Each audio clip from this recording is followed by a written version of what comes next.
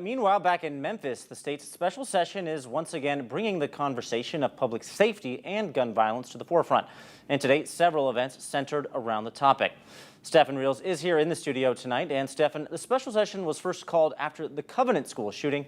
Now, unfortunately, we've seen several more shootings happen since then. But is there any message voters have for lawmakers? Well, Kevin, like you said, Tennessee sees some of the worst death rates because of gun violence, according to Shelby County District Attorney Steve Mulroy. Just in the last month, we saw a shooting at the Margolin Hebrew Academy, and we had a mass shooting in the downtown area.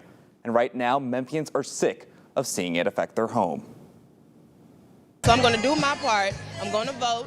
I'm going to show up at the event. Driven to be part of change, Orange Mound native L.A. Jordan is one of the several Memphians taking part in the discussion of gun violence on Sunday.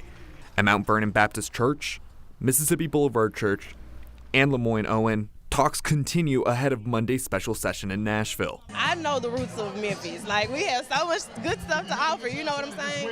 Let's just kind of get rid of the violence part. We live in a county which is the worst in the state by far and has been for many years. This is not new for gun violent deaths per capita.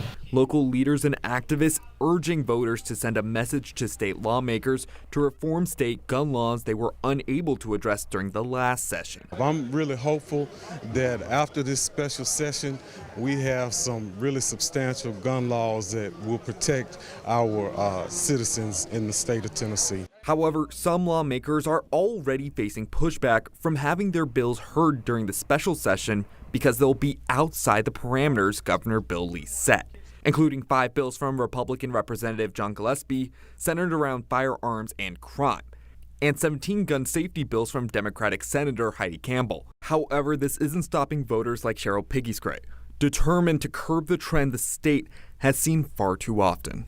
Our voice matters. If you don't use your voice, you can't expect change. So I'm voting and supporting those that are fighting for the rights of this community.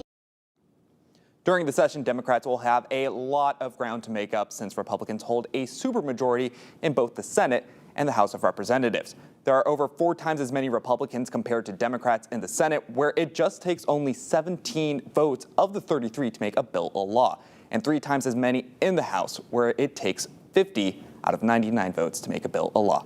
Kevin?